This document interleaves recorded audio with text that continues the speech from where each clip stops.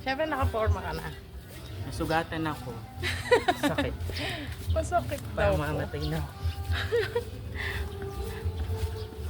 Yan. Inalis po muna yung kanyang saluso. Sakit. Saan? Matigas po kasi ang ulo ng kanyang tatang. Tent ba naman sa malakas na hangin? Ay, mainit. Mainit pag wala na sa tubig.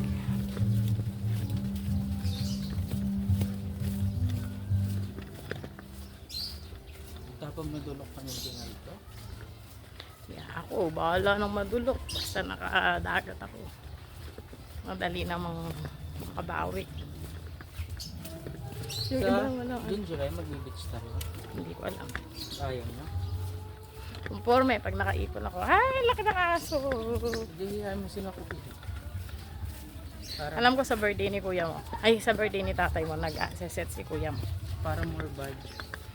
Sa birthday ni tatay mo, set si kuya mo, kaya lang. Gusto ng tatay mo, Alfredos. Sa pool. Ha? Sa pool. Oo. Ah, Billy Alfredos. boto ako dito. Ayan po, papunta na kami sa dagat. Sunog na ang peg. Balik ko dito. Sunog na ang peg. Yan.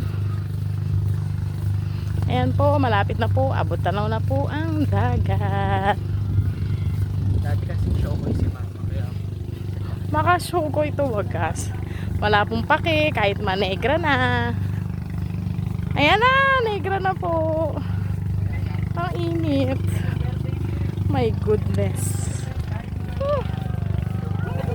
kasi nakilig. Whew. Baka sarap ba ito? Bawal mo sumilong dito. Alin? Dito. Saan? Oo, bawal yung private yan. Ayun, umupo pa rin. Sumilong na rin kanina. Sa lifeguard, bawal mo kasi. Silong ka, makatabi ka sa lifeguard. Ayun po ang tatang namin. Pasaway. Nagigilty siya kasi nasugatan niya ako. Anak kong pogi, oh. Iyan, nakashoot. Hindi siya makaporma kanina sa akin kasi nasugatan niya. Ayan ah. Kinabog kami sa forma. Ayun tatay namin, pakaway-kaway. Bakit dalawa lang nakalatag na bangko? Dalawa lang talaga. Dalawa lang? Wala naman sa lubsob eh. Sugat na. Sugat. Sugat. O Marco, ikaw magpasugot na. Pinokonta ka to, alas